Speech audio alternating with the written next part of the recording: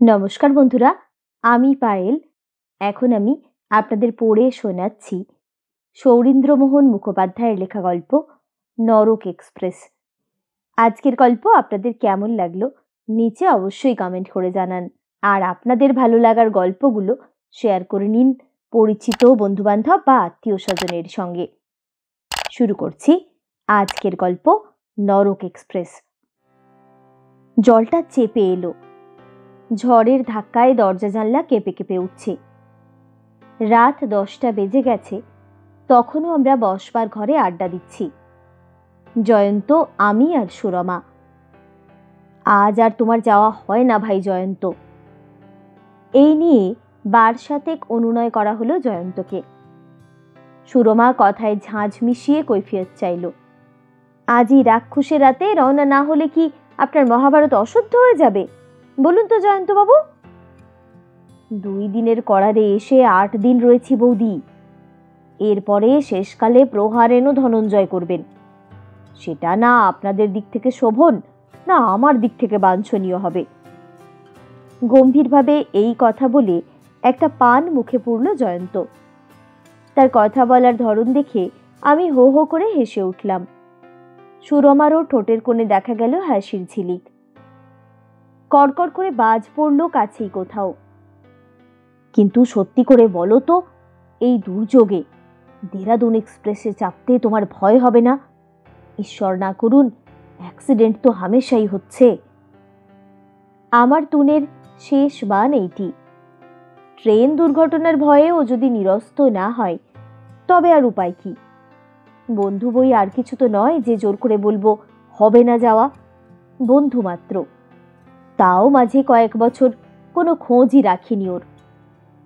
হঠাৎ সেদিন একটা চিঠি এসে হাজির। কে জানে কোথা থেকে আমার ঠিকানা জোগাড় করে নিয়ে জানিয়েছে, তোমার জঙ্গলে 2 দিন কাটিয়ে আসতে চাই, পরশু রওনা হব। আমার এটা জঙ্গলই বটে। ফরেস্ট অফিসার আমি। যে বাংলোতে থাকি তা থেকে স্টেশন অন্তত 1/2 মাইল। রাস্তা পাকা বটে, কিন্তু নিরাপদ নয়। রাত্রে বুনো হাতি চলাচল করে, আর সাপ তো অগুন্তি। জয়ন্ত এসেই উৎফুল্ল হয়ে উঠল। বাস করতে হয়তো এই রকমই একটা জায়গাতেই, একেবারে আইডিয়াল নিভৃত নিবাস। বেশ আছো তোমরা, কপত কপতি যথা বাঁধিনীর সুখে। থাকো না দিন কতক, তুমিও বেশ থাকবে। এই বলে সুরমাকে ফিরিস্তি দিতে বসে গেলাম। ছাত্রজীবনে ও চায়ে কয় চামচ চিনি খেত, ডিমের পোচ পছন্দ করতো না মামলেট, আর ফুলের ভেতর বেল ফুলের বেশি পক্ষপাতী ছিল না রজনীগন্ধার। দেরাদুন এক্সপ্রেসে ভয়? আমার কথা শুনে ঠোঁট বেঁকিয়ে উত্তর দিল জয়ন্ত। নরক এক্সপ্রেসে চড়েও বেঁচে ফিরে এসেছি যখন, পৃথিবীর কোনো ট্রেনের কোনো অ্যাক্সিডেন্টই আমার কিছু করতে পারবে না ভাই। নরক এক্সপ্রেস সে আবার কি? দুজনেই একসঙ্গে প্রশ্ন করলাম, সুরমা আর আমি। হাই তুলে 2 হাতে একসঙ্গে তুড়ি দিল জয়ন্ত। কথাটা বলে ফেলেছি তাহলে। এটা আমার একটা ব্যারামে দাঁড়ালো দেখছি।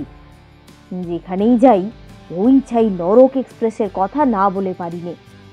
একটা অবচেতন অহমিকা, কে দমন করতে হবে। তা দমন করতে হয় এরপর করো।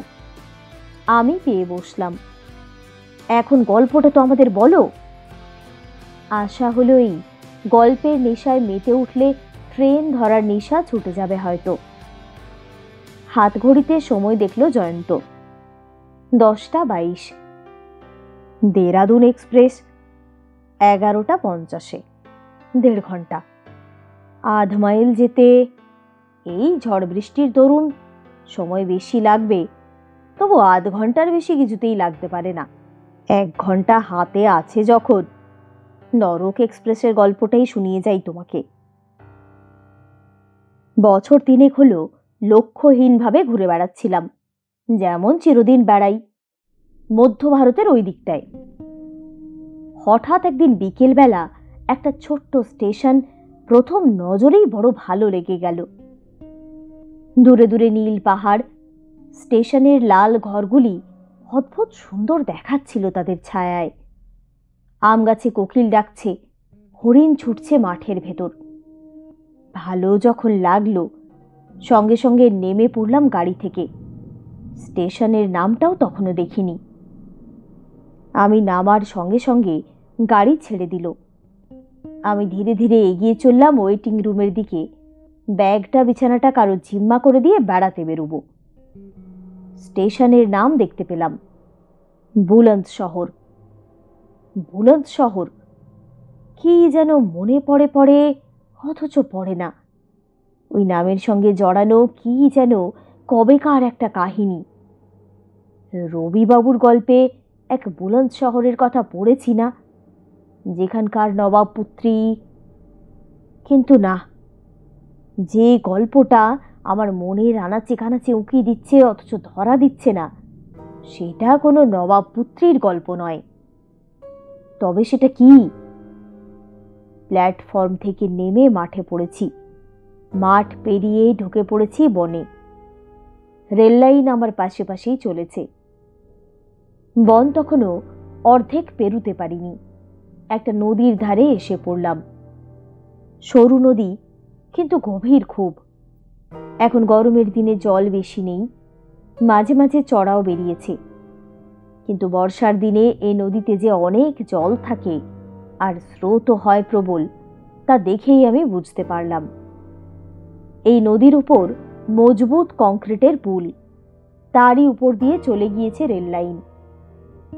কিন্তু বাঁয়ে ওটা কি? আর একটা পুল না? একটা কাঠের পুল, মাঝখানে ভাঙা। অর্থাৎ হাত 10-12 জায়গায় না আছে কাঠ, না আছে লোহা, না আছে থাম, না আছে লাইন। বেশ বোঝা যায় ওইটি এ নদীর আদি পুল। এককালে ওই পুল দিয়েই রেল লাইন নদী পার হতো। যা এতক্ষণ কিছুতেই মনে পড়ছিল না, তা চট করে মনে পড়ে গেল এইবার। বুলন্দ শহর, এই সেই বুলন্দ শহর। 3 বছর আগে এই স্টেশনে, এই নদীর উপরেই একটা ভয়াবহ ট্রেন দুর্ঘটনা ঘটেছিল। এক দুর্যোগের রাত্রে ওই কাঠের পুলটা ভেঙে একখানা গোটা ট্রেন পড়ে গিয়েছিল নদীর জলে। একটি প্রাণীও বাঁচেনি সে ট্রেনের। বটে, এই সেই বুলন্দ শহর, ওই সেই পুল। একটা গোটা ট্রেনের সমস্ত যাত্রী সামনের ওই জায়গাটাতে জলে ডুবে মরেছিল। জলে ডোবা রেলগাড়ির কামরায় বন্ধ হয়ে বা তার নিচে চাপা পড়ে, ঠিক খাঁচায় বন্ধ ইঁদুর যেভাবে জলে ডুবে মরে, সেইভাবে।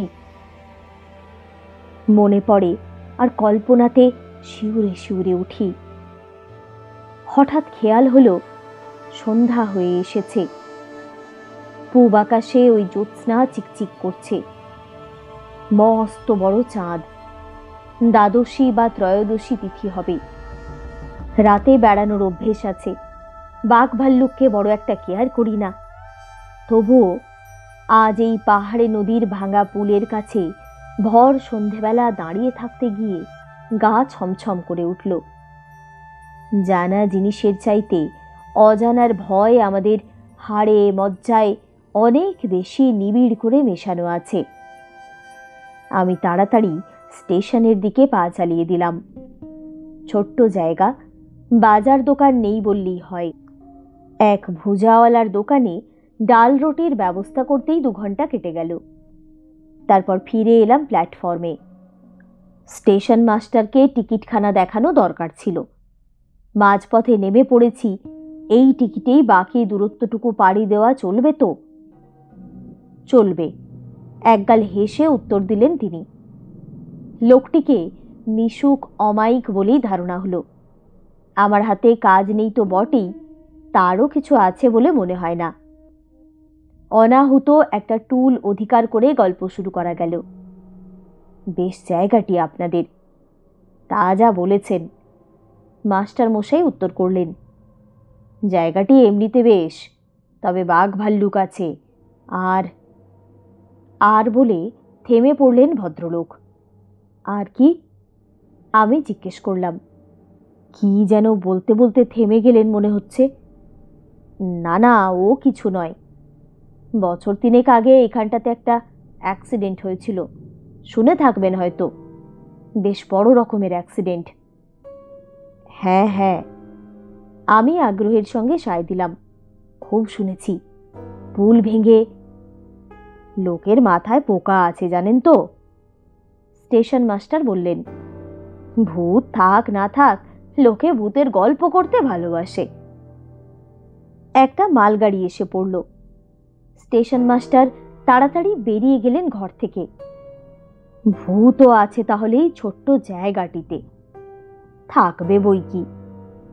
শত শত লোকে পাইকারি হারে যেখানে একসাথে মারা যায়। বেরিয়ে ভুজাওয়ালার দোকানে হাজিরা দিলাম।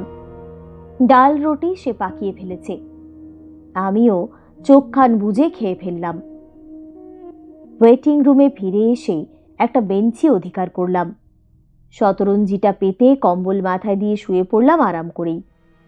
রাত 1টায় আমার ট্রেন। ঘুম যদি ঠিক সময়ে ভাঙে ধরবো সেটা, যদি না ভাঙে কোচ পরোয়া নেই।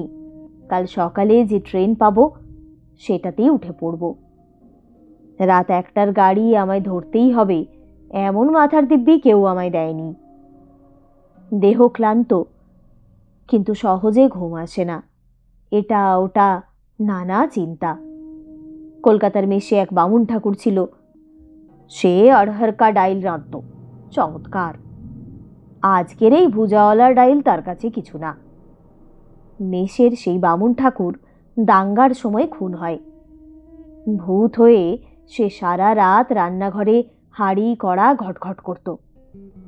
ট্রেন ভর্তি যে লোকগুলো 3 বছর আগে এখানে নদীর জলে ডুবে মরেছে, তাদের মধ্যে দেশের ঠাকুর কেউ ছিল কিনা কে বলবে। কিন্তু এত লোক ওয়েটিং রুমে ঢুকলো কেন? কখনই বা ঢুকলো? একটু বোধহয় তন্দ্রা এসে গিয়েছিল এর ভেতরে। এরই মধ্যে ঘর যেন গিজগিজ করছে লোকে। চুপি চুপি ঘুরে ফিরে বেড়াচ্ছে, ফিস ফিস করে কথা বলছে পরস্পরের সঙ্গে। এরা কোন ট্রেনে যাবে? রাত 1টার সেই ট্রেনে? ভীষণ ভিড় হবে দেখছি। চোখ মেলে লোকগুলোর দিকে চেয়ে দেখবার উৎসাহ আর হলো না। চৈতন্য হারিয়ে ফেললাম ঘুমের কোলে। কে জানতো এ ঘুম কাল ঘুম। কতক্ষণ এই কাল ঘুমে অজ্ঞান হয়েছিলাম জানি না। হঠাৎ ঘুম ভাঙল একটা অস্পষ্ট কোলাহলে। ঘর ভরা লোক দুধদার করে ছুটে চলেছে, ট্রেনে উঠবার জন্য নাকি। উঠে বসে বাইরের দিকে তাকিয়ে দেখি তাই বটে, গাড়ি এসে গিয়েছে, দাঁড়িয়ে আছে প্ল্যাটফর্মের পাশে। উফ, খুব সময় মতো ঘুমটা ভেঙেছে। তাড়াতাড়ি বিছানাটা গুটিয়ে বগলে তুললাম। ব্যাগটা হাতে নিয়ে সামনেই যে কামরাটা চোখে পড়ল, উঠে পড়লাম তাতেই। আলোয় আলো সারা গাড়ি। জানলায় জানলায় অগুন্তি মানুষের মাথা, হাঁক ডাক। কেউ চাওয়ালাকে ডাকছে, কেউ চাইছে গরম দুধ, কেউ বা দেশলাই বিড়ি। গাড়িতে উঠে বসে পড়লাম একটা খোলা জানালার পাশে। হঠাৎ বুকের ভেতরটা ছ্যাঁত করে উঠল, কেন কে জানে। হয়তো হয়তো কেন, নিশ্চয়ই তাই। প্ল্যাটফর্মটা, স্টেশন ঘরটা জনপ্রাণী শূন্য, একটা আলো পর্যন্ত কোথাও নেই। গাড়িতে কামরায় আলো ঝলক দিচ্ছিল, তাই আগে লক্ষ্য করিনি স্টেশনে আলোর অভাব। এ কিরকম? দূরপাল্লার একটা এক্সপ্রেস ট্রেন এসে স্টেশনে দাঁড়িয়েছে, স্টেশনে আলো নেই, মানুষ নেই। ট্রেন স্টেশনে এসে ঢুকলো কি করে? সিগন্যাল না পেলে এখন ট্রেন ছাড়বেই বা কি করে? স্টেশন মাস্টারকেও তো কোথাও দেখছি না, স্টেশনের ঘরটাই বন্ধ। কিন্তু গাড়ি ছাড়লো ঠিকই, কেউ ঘন্টা বাজালো না, কেউ নিশান দেখালো না, তবু ছাড়লো গাড়ি। ঘটাং ঘটঘট ঘটাং শব্দে দুলতে দুলতে স্টেশনের এলাকা ছেড়ে বেরিয়ে পড়ল। হাত ঘড়ির দিকে দৈবাতে চোখটা পড়েছিল। চমকে উঠলাম। রাত মোটে 12টা। আমার এক্সপ্রেস গাড়ি তো রাত 1টায় আসবার কথা। এ তবে কোন ট্রেন? যা, কোথায় গিয়ে পড়বো এবার কে জানে। এমন রাগ হলো স্টেশন মাস্টারটার ওপরে, লোকটা কিনা আমায় অম্লান বদনে বলল যে রাত 1টার আগে কোনো গাড়ি নেই। গাড়ি নেই যদি এটা তবে কি? পাশের এক ভদ্রলোককে জিজ্ঞেস করলাম, ও মশাই, বিদেশি লোক, না জেনে উঠে পড়েছি, গাড়িটা যাবে কোথায়? লোকটা একবার তাকিয়ে দেখলো আমার দিকে, কিন্তু জবাব দিল না কিছু। লোকটা কালা নাকি? অন্য পাশে ছিল এক পাতলুন পরা পার্সি। তাকেও জিজ্ঞাসা করলাম ওই একই প্রশ্ন। না, জবাব এও দিল না। রেগে গেলাম রীতিমতো স্টেশন মাস্টারের ওপর, এই সহযাত্রীদের ওপর, বিশ্ব ব্রহ্মাণ্ডের ওপর। এরা আমায় উজবুক বানিয়ে ছেড়েছে। গোল্লায় যাও সব। রেগে বাইরের দিকে তাকিয়ে রইলাম। হঠাৎ খেয়াল হলো রাতটা বড় অন্ধকার ঠেকছে। চাঁদটা গেল কোথায়?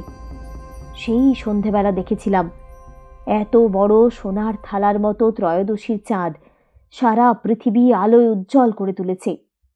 সে চাঁদ আমার গেল কোথায়? রাত মোটে 12টা। ত্রয়োদশীর চাঁদ এক্ষুনি অস্ত যেতে পারে না? তবে কি মেঘে ঢেকে ফেলেছে? ওহ, তাই বলো। জমাট মেঘ সারা আকাশে, কালো, নিকষ কালো। ওই যা, বিদ্যুৎ চমকালো যে! শুধু বিদ্যুৎ, কড়কড় করে বাজ ডেকে উঠল।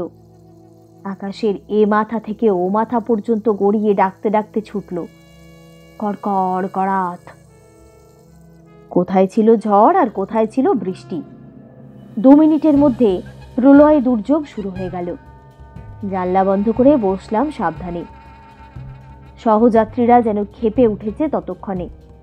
ডাক ছেড়ে কাঁদছে, এ ওর গলা জড়িয়ে ধরছে, কপাল চাপড়াচ্ছে, যেন ভয়ে আর নৈরাশ্যে। 2-1 জনকে জিজ্ঞেস করলাম, क्या हुआ, रोता काहे? तूफान बरखा कभी देखा नहीं?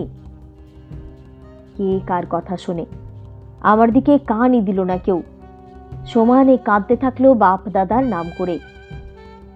বিরক্ত হয়ে জানলা খুললাম। ঝড় বাদলার ঝাপটা বরং সহ্য হবে, এদের এ পাগলামি অসহ্য। জানলাটা খুলে ফেললাম। সেই মুহূর্তে এলো একটা বিদ্যুতের চমক। চোখের পলকে যা দেখলাম তাতে বুকের রক্ত হিম হয়ে গেল আমার। নদীর ধারে এসে পড়েছি আমরা, আর ডাইনে ওই কংক্রিটের পুল, বাঁয়ে সেই ভাঙা কাঠের পুল। আমাদের ট্রেন কংক্রিটের পুলের দিকে গেল না, বাঁয়ে মোড় খেয়ে তীর বেগে ছুটল কাঠের পুলের দিকে। আমি চেঁচিয়ে উঠলাম। গাড়ি ভর্তি 50টা লোকের ভয়ার্ত রোদনের ওপরেও আমি শুনতে পেলাম আমার নিজের সেই চিৎকার। আমি দিক বিদিক জ্ঞান হারিয়ে খোলা জানালা দিয়ে লাফ দিলাম। গায়ের সমস্ত শক্তি একত্র করে লাফ দিলাম। কিসের ভেতর লাফ দিচ্ছি না দেখেই দিলাম লাফ। তারপর কি হলো জানি নে। জ্ঞান হলো যখন, তখন আমি নবীনগরের হাসপাতালে, আষ্টে পৃষ্ঠে ব্যান্ডেজ বাঁধা। শুনলাম সকালবেলায় কারা নাকি আমায় নদীর চড়ায় অজ্ঞান আর আহত অবস্থায় পড়ে থাকতে দেখে স্টেশনে নিয়ে যায়। স্টেশন মাস্টার আমায় পাঠান হাসপাতালে। লোকটি ভালো। একদিন আমায় দেখতে এলেন হাসপাতালে। কথায় কথায় তার মুখেই শুনলাম সব। ও ট্রেনটা আসলে ট্রেনই নয়, ট্রেনের ভূত। ওখানকার লোকে ওর নাম দিয়েছে নরক এক্সপ্রেস। 3 বছর আগের সেই মারাত্মক দুর্ঘটনায় যে ট্রেনটা নদীতে উল্টে পড়ে গিয়েছিল, সে এখনো রোজ রাতে একবার বুলন্দ শহরের পাশ দিয়ে পুলের পানে ছোটে, আর রোজ রাতে একবার ঝাঁপ খায় নদীর জলে। আমার বরাত মন্দ যে সেই ট্রেনে উঠে পড়েছিলাম, আবার বরাত ভালো যে নরক এক্সপ্রেসও আমাকে নরকে নিয়ে যেতে পারেনি। গল্প শেষ হলো। সুরমা চুপ, আমিও চুপ। হঠাৎ জয়ন্ত গা ঝাড়া দিয়ে উঠে দাঁড়ালো। এবার বেরুতে হয়, নইলে গাড়ি পাবো না। সত্যি এই ঝড় জলে আর কথা ফুটল না আমার। সে রাত্রের জলঝড় এর চেয়ে বেশিই ছিল ভাই। শুধু কি জলঝড়, চারিধারে ঘিরে ছিল নরকের অধিবাসীরা, সামনে ছিল মৃত্যুর হাতছানি। সেখান থেকে যখন ফিরতে পেরেছি তখন কিছু ভয় করো না, আমি ঠিক পৌঁছে যাব। বেরিয়ে পড়ল জয়ন্ত। তার বর্ষাতি মোড়া সুদীর্ঘ দেহটা অচিরেই হারিয়ে গেল বর্ষার ঘন চিকের আড়ালে।